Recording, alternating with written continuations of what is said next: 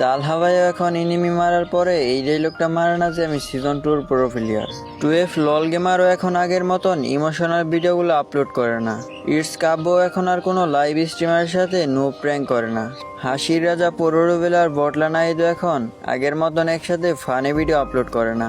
Jewel the noob গেমারও এখন আর আগের মতন গেমের আননোন ফ্যাক্টস গুলো খুঁজে পায় না।